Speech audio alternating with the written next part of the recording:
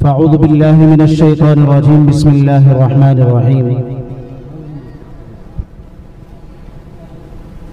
या अय्युहल्लज़ीना आमनू क़ू अनफुसकुम व अहलीकुम नारा वक़ूदुहा अन्नास वल हिजारा सदक़ल्लाहुल अलियुल अज़ीम।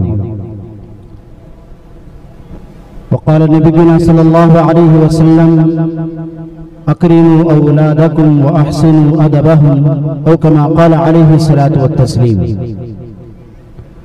मुअज़्ज़ज़ सामीन किराम, बुज़ुर्गान दीन, तलबाए अज़ीज़ और हमारे अहबाब ख़वातीन व मुअज़्ज़ज़ ख़वातीन,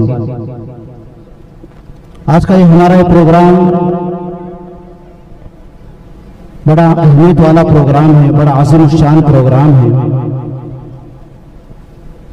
आपको मालूम हो ही गया होगा कि आज का जो हमारे प्रोग्राम का उन्वान है मकातिब दीनिया की अहमियत और इस्लाही मुआशरा। आज के दौर के अंदर, आज के माहौल के अंदर मकातिब की जो अहमियत हमारे नज़दीक होनी है वैसी नजर नहीं आ रही है, क्योंकि माहौल ऐसा बनाया जा रहा है या ऐसा बनता हुआ नजर आ रहा है कि हमारी औलादों को, हमारे बच्चों को, हमारी नस्लों को, आने वाली जनरेशन को दीन इस्लाम से फेरने और दीन इस्लाम से बरगश्ता करने की नापाक कोशिशें की जा रही हैं। उनके दिलों से ईमान को खत्म करने, गलत अकायद को उनके दिलों दिमाग में बिठाने की नापाक साजिशें की जा रही हैं। अगर ऐसे माहौल के अंदर अगर हम बेदार नहीं होंगे, अपनी औलाद की सही फिक्र ना करेंगे, तो यकीनन हमारे लिए बड़े खसारे की बात होगी, कि जवाबदेही की बात होगी कि हमारी औलादें हमारे हाथों से निकल जाएगी।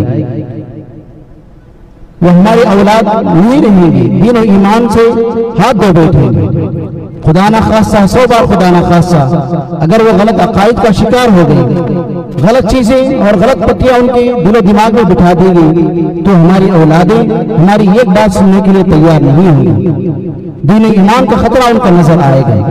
तो ऐसे माहौल के अंदर हमारा ये प्रोग्राम इसी ज़िम्न में मुनाकिद किया जा रहा है कि मकातिब दुनिया की अहमियत क्यों जरूरी है, क्योंकि इन मकातिब के अंदर वो तमाम बातें हमारे सामने पेश की जाती हैं, वो तमाम चीजें हमें सिखलाई जाती हैं जो हमें और हमारे खुदा के दरमियान में जो रिश्ता है उस रिश्ते को वो मजबूत करती है। हमारा ताल्लुक अल्लाह रब्बुल इज्जत के साथ जोड़ती है, हमारे कनेक्शन को अल्लाह रब्बुल इज्जत के साथ जोड़ती है। हमारे सामने इन मकातिब के अंदर वो अकायद हमें सिखलाए जाते हैं जिसके अंदर तौहीद खुदाबंदी को पेश किया जाता है, नबी सल्लल्लाहु अलैहि वसल्लम की नबूवत और रिसालत को और आपके आखिरी नबी होने को हमें सिखलाया जाता है। इसमें हलाल और हराम की तमीज हमें बतलाई जाती है। कुरान मजीद से हमारे रिश्ते को मजबूत किया जाता है, क्योंकि आप हजरात की बात मालूम है कि कुरान मजीद के नुज़ूल से पहले, इसके नाजिल होने से पहले जो माहौल था वो बहुत बड़ा नाजुक माहौल था। लोगों के दरमियान में जुल्म और बर्बरियत आम होती हुई नजर आ रही थी। लोगों के अंदर दरिंदगी और बेहयाई, बदकिरदारी, हर किस्म की बुराइयां उस जमाने के अंदर मौजूद थी। लेकिन जब कुरान मजीद का नुज़ूल हुआ, आप सल्लल्लाहु अलैहि वसल्लम ने लोगों के सामने कुरान मजीद की हक़ानियत उनके सामने बयान किया, लोगों के सामने सही बातें जब पेश की, तो लोगों को ये बात और ये हकीकत मालूम हो गई कि अब तक जो जिंदगी हम गुजार रहे थे यकीनन वो बेरहबरी की जिंदगी थी, गुमराही की जिंदगी थी, ये गलत रास्ता था।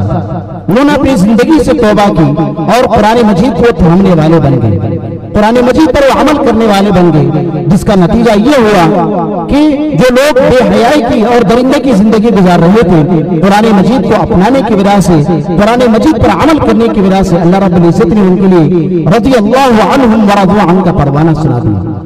ये मामूली बात नहीं है। तो इन मकातिब के अंदर यही चीज हमें सिखलाई जाती है कि हम कुरान से हमारा रिश्ता मजबूत हो जाए, तौहीद खुदाबंदी हमारे दिलों के अंदर पैवस्त हो जाए और हुज़ूर सल्लल्लाहु अलैहि वसल्लम की नबूवत और रिसालत हमारे दिलों के अंदर बैठ जाए। इस मकातिब का दूसरा पहलू हमारे सामने इस्लाही मुआशरे का है।